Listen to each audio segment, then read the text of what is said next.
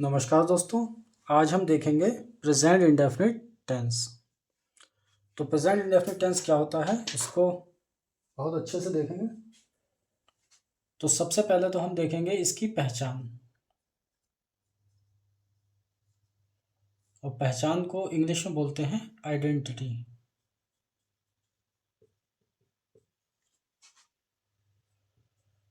तो जिन वाक्यों के अंत में ता है, ती है, ते है, ये शब्द आते हैं तो वो क्या कहलाता है? प्रेजेंट इंडेफिनिट टेंस कहलाता है।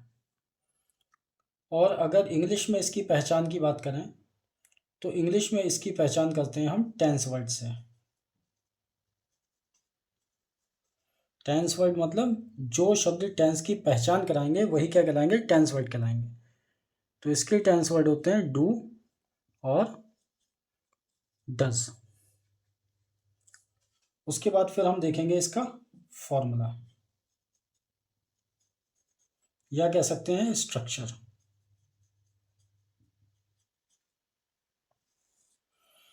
तो इसका फॉर्मूला या स्ट्रक्चर होता है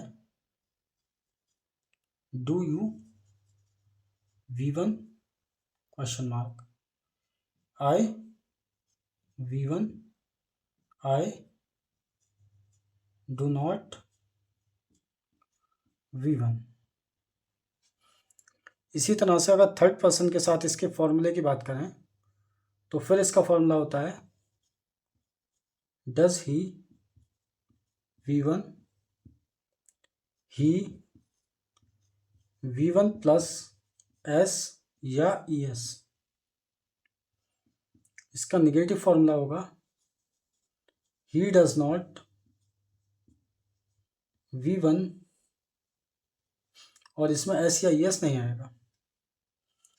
तो आप ध्यान से मेरी बात समझिए कि जब हम डू की बात करते हैं तो ये जो डू होता है ये होता है वर्ब की फर्स्ट फॉर्म।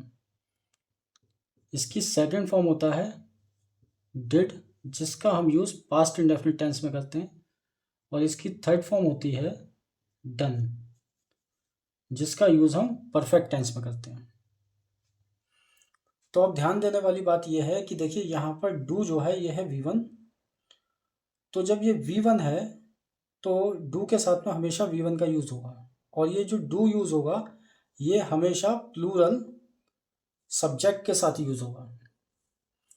इसके साथ ही जब भी डू छिपेगा तो V1 आएगा, और जब भी डू आ जाएगा तब भी V1 आएगा।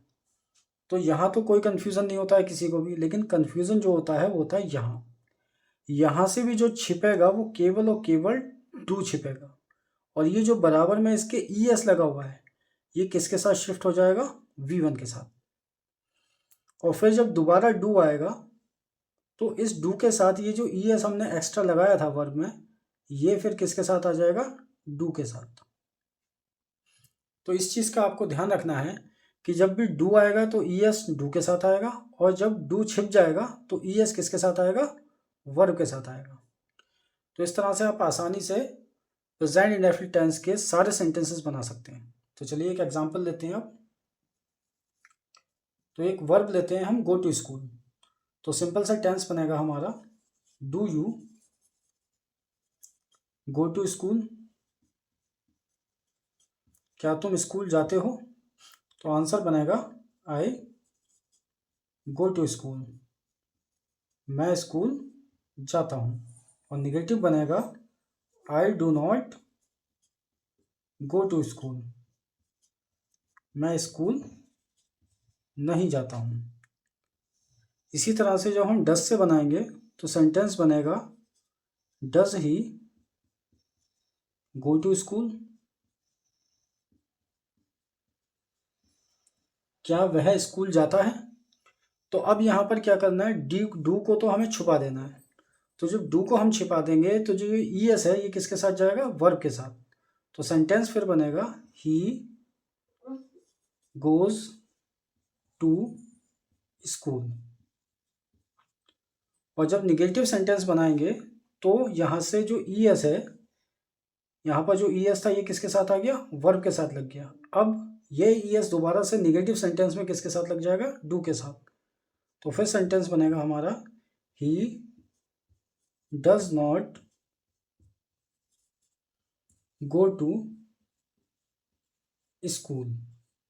तो अब देखिए ईएस किसके साथ आ गया, डू के साथ आ गया। तो इस तरह से आप समझ सकते हैं कि किस तरह से हम डू और डज का यूज़ प्रेजेंट इंडेफिनिट टेंस में करते हैं और बहुत आसानी से आप ये सेंटेंसेस बना सकते हैं। इसके अलावा आप और भी कई सारी वर्ब्स लगा सकते हैं, जैसे स्पीक इंग्लिश।